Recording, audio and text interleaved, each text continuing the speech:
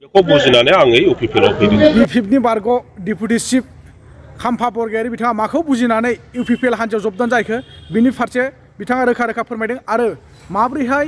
बबे फारसेथिं उन्नतिनि खामानि मावलांगोन ना मावलाङा आरो बबेयाव थानानै जे उन्नतिनि खामानिखौ मावनो हागोन बिनि थाखाय रोखा रोखा फोरमायदों। नोंथांमोना जाहाथे भिडिअखौ फुल नायनानै लाजोब बिनि उनाव नोंथांमोना निश्चय बुजिनानै लानो हागोन आरो बिनि सिगां सिगां आं माखासे खोथा फोरमायनो सानदों बा बुंनो सानदों थ' बे आं बुंनायनि गेजेराव माबाफोर गेना गोरोन्थि जायोबा नोंथांमोना निश्चय आंखौ निमाहा होगोन होननानै आं बर' रायजो राजानिसिम गोरबोनिफ्राय निमाहा बिहरनाय थाखाबाय। दा नोंथांमोना जायखि पलिटिकेल हान्जायाव सोलाय सोल' खालामलायबाय था आहा बेखौ बुंनांगौनि जेबो गोनांथि गैया। पलिटिकेला मोनसे बारहावाखासो हा पलिटिकेला मोनसे बारहावाखा जेरै पलिटिकेल सिएन बा मोखां मोखां फैबाथाय ओरैनो ओरै बास्लायनाय माने खुनु सिथाय गैखाया पलिटिकेला हा खुनु माने पलिटिकेला मोनसे सिथाय गैया आरो पलिटिकेला मोनसे सिथायकनि थाखाय नंखाया। मानो होनना बुङोबा पलिटिकेला दिनै दं गाबोन गैया सोरबाया गाबोननो बिजेपियाव नुजागोन खब्लाब्लानो फैगौ बारावनो सोरबा बायदिया ग्रोब आरो UPPL आव गुदबा नुजागोन आरो बेफोरबायदि सोरबाया BPF आव गुदबा नुजागोन सोरबाया कंग्रेसआव नुजागोन थिग बेफोरबायदिया खारो। मानो होनना बुङोब्ला बेयो जाहैबाय मोनसे पलिटिकेलनि राजनितिकनि हाबाफारिखा होननानै बुंजायो आरो माने कालचारखा आरो माने ओरै बारस्लायलाया। दा जाय हक नोंथांमोना जायखि जेरावखि बास्लाय बुस्लाय खालामबाय था नोंथांमोनखौ जोंहा खर' सानाव दरखार गैया। नाथाय नोंथांमोना जेब्ला हारिनि थाखाय समाजनि थाखाय जौगाथायनि थाखाय खामानि मावनो होनानै पलिटिकेल बा राजनितिक हान्जाखौ ओरै जायाखै ओरै बास्लायनानै मावनो सानदों जेब्ला मावनानै दिन्थिनांगोन। नाथाय नोंथांमोनखौ जों नुनो मोनो किसुमानखौ गोबाङानो दिनैसिमबो आरो दासिमबो नोंथांमोना ओरैनिफ्राय ओरै बास्लायबाय थादों हय नाथाय जेबो उन्नति जानो हायाखै बर'फोरनि थाखाय बा बर'फोरनि पलिटिकेलनि गेजेरजों दिनैसिमबो जेबो रायजो राजानि थाखाय जेबो उन्नति जायाखै जेबो डेभेलप जायाखै जेबो माने फायदायानो जायाखै होननानैसो जों बुंनो सानो। दिनै नोंथाङा अब्ला मा जोङो खाम्फा बरगयारि सारखौ आं थोंजोङै सोंखारनाय बायदि जाबाय। खाम्फा बरगयारि सारा अब्ला BPF आव थानाय समाव नोंथाङा रायजो राजानि थाखाय बा हारि समाजनि थाखाय बर' हारिया जौगाथायनि थाखाय जेबो डेभेलपमेन्टनि थाखाय खामानि मावाखैमोन नामा हा मावनो खाबु मोनाखैमोन नामा? नोंथाङाबोथ' सासे डिपुटि चिफमोन नोंथाङा नोंथांनि समस्थियाव बा गुबुन गुबुन समस्थियावबो मावनो हानायनि खाबु दंमोन। दा नोंथाङा बै समाव मानो मावदिया अब्ला दिनैनि दिनाव नोंथाङा बै समाव UPPL आ दिनैसिमबो जेबो खामानि मावनो हायाखै 5 बोसोरनि गेजेराव जेबो उन्नति लाबोना होफैनो हायाखै नोंथाङा UPPLखौनो खुथार बुंहरबाय। नाथाय दिनैनि दिनाव नोंथाङा UPPLनियावनो माने सिं जानानै दलरै थांनानै सथबनानै थाहैखो बिनि ओंथिया मा? नोंथाङा निस्सय बेफोराव माने पलिटिकेलनि गेजेराव जों मिथिखागौ गासिबो माने थाखा फैसानि मामला थायो होननानै नोंथांमोनहा जेराव थाखा फैसाखौ बा डिमान्डखौ मोजाङै मोनगोन बे जायगायावनो नोंथांमोनहा बास्लायगोन आरो थाहैगोन। नाथाय नोंथाङा खामानिखौ मोनदामोन नोंथांनि बबेबा मोनसे खामानिखौ मोननाय मोनैजों जेबो खोथा गैया। नोंथाङा नोंथांनि थाखाय बा पार्सनेलि बेनिफिट जाबानो जाबाय नोंथांमोना नै बिनि थाखायसो पलिटिकेलखौ माने सोलाय सोल' खालामगासिनो दं। स' नोंथांमोनाथ' खौसे जानाया बेबायदि ओरैनिफ्राय ओरै बास्लायबाल'सो खौसे जानो हायो बिदिथ' नङाना आंनि नोजोराव बा आंनि नुहुरनायाव नोंथांमोना ज'हैनो गुबुन गुबुन पलिटिकेलबाबो जेननाय देरहानाय नोंथांमोना ज'है खामानिखौ रानलायनानै मावब्लानोथ' जायोमोन ना नङा होमबा? जेरै न'खर गंसेयावनो बिदा फंबाय जुदा जाबाय फंबाया गैजा रोङा बिदाया माहाजोन थ' बिसोरबोथ' मालाबानि समाव राननानै जायो थिग बेफोरबायदिनो आरोखि। दा रायजो राजाफ्रा गोबाङानो बुजिखागौ आरो गोबाङा बुजिया जानो हागौ। पलिटिकेल होनना बुङोबा फल्स सोदोबानो जिरायखायो फार्स्टआवनो बे नंखायखा माने फल्स माने नंखाय आं बेखौसो बुजिखायो आरो बुजायखायो। जायनि जाहोनाव दिनै बेफोरबायदिनि थाखायनो जोंनि बर'नि पलिटिकेला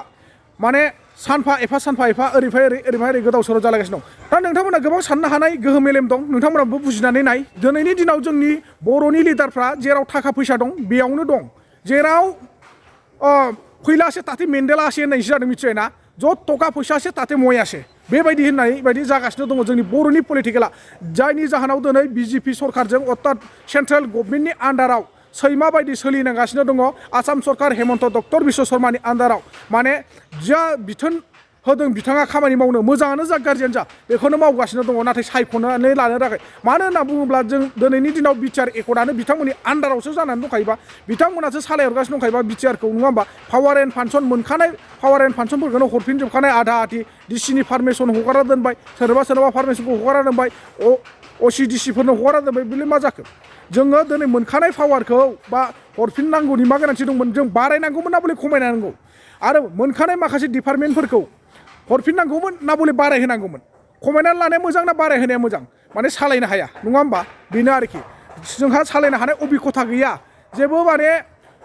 मा होनना बुङो रोंगौथियानो गैयाब्ला जोङो एथ' बुरजा डिपार्टमेन्टखौ बोरै सालायनो हागोन बेखायनो नांला जोंनो हरफिनबाय बेफोरबायदि जाहैबाय आरोखि जाय हक नोंथांमोन बुजिनानै लादो आरो सोर मा सानदों निश्चय कमेन्ट सेक्सनाव फोरमायहरदो जोंनि बर'नि पलिटिकेला बिदिनोसै आरो बिदिनो थालांबाय थागोन जोंनि बर'आ माब्लाबाबो रानलायनानै जानो रोंखाया आरो पलिटिकेलसो बेबाव हा बेथ' पलिटिकेलसो बाव पलिटिकेलजोंनो मानसि थैलायो पलिटिकेलजोंनो मानसि गोदाव सोराव जालायो पलिटिकेलाबो मोनसे गाज्रि बारहावासो बारहोयो रायजो राजा बिदा फंबायखौबो नायलायनो हाया बे पलिटिकेलानो खालामो बेखायनो जोङो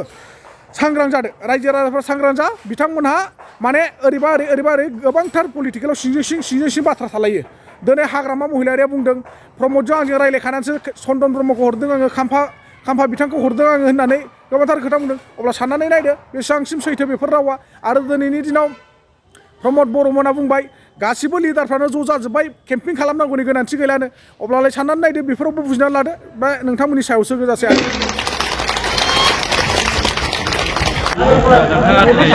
नोंथाङा गोदान UPPL लेभेलाव माबायदि सिन्थाधारा खालामनानै बिटिसिनि भबिष्यतखौ नायनानै बिनि दानि बोहैनाय राजनितिनि ट्रेन्ड आरो फैगौ दिनाव जानो थांनाय राजनितिनि ट्रेन्डखौ नायनानै आं सासे राजनितिनि मानसि आङो रायजो राजाफोरनि खामानि मावनो लुबैयो आरो बिटिसिनि समग्र जाति गस्थिखौ राजनैतिक भाबै आङो ज' खालामनो लुबैयो आरो स्पेसियेलि बर'फोरखौ आङो खौसे जाजानो लुबैयो दा बेनि थाखाय आं जथेस्थ' खामानि मावबोदोंमोन आरो गोबां खारनाव बेखौ सफल खालामनो हायाखै मावफुंनो हायाखै आंल' नङा UPPLनियानो जा बा BPFनियानो जा गोबां गोजौ सारिनि दैदेनगिरिफ्रा बे खामानिखौ मावफुंनो थाखाय सेस्था खालामबाय थादोंमोन नाथाय दिनैसिम जायाखै दिनै नङा गाबोन नङा जोङो खौसे जाथारनांगोन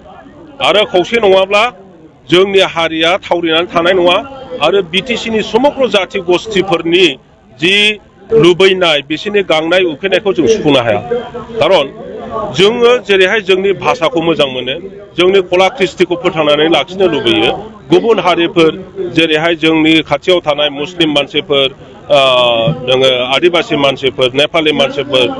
असमिया मानसिफोर राजबंशी बंगालि बिहारि गासैबो गावनि भाषा आरो संस्कृतिखौ लानानै थांनानै थानो लुबैयो डेभेलप खालामनो लुबैयो दा बेखौ आं नुदों जे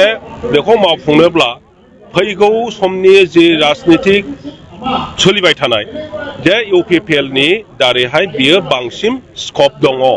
UPPLनि मानसिफ्रा समग्र जाति गस्थिनि थांनानै थानायनि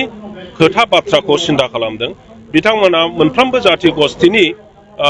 भाषा संस्कृति उन्नयननि सिन्था खालामदों आरो स्पेसियेलि जोंनि बर' मानसिफोरनि थांनानै थानायनि बाथ्रा बिनि परिकल्पना बिथांमोनहा खालायनानै खामानि मावगासिनो दङ दा ओंखायनो आङो बिथांमोनखौ आरोबाव हेफाजाब होनानै थाबै आरो साबसिनै जोंनि जायगायाव सान्थि प्रतिष्ठा खालामनाय आरो जौगानायनि खामानि मावनाय बे खामानिखौ आगोल लांनो लुबैदों सार बिदिब्ला BPFनि राजखान्थिनि जिखिनि थासारि बे माबायदि जागोन जिहेतु माने नोंथांमोना पलिसि मेकिं खालामोमोन BPFआव बिटिसिनि राजनितिकआ भबिष्यत अन्धकारथिं थांगासिनो दं बेखौ बयबो रायजो राजायानो नुगासिनो दङ बुंगासिनो दङ स्वयं BPFनि दैदेनगिरिफोरा बे खोथाखौ अनुभब खालामदों आंबो भाइस प्रेसिडेन्टमोन आङो स्पक्स पार्सनमोन दा बे समग्र खोथा बाथ्राफोरखौ अनुभब खालामनानै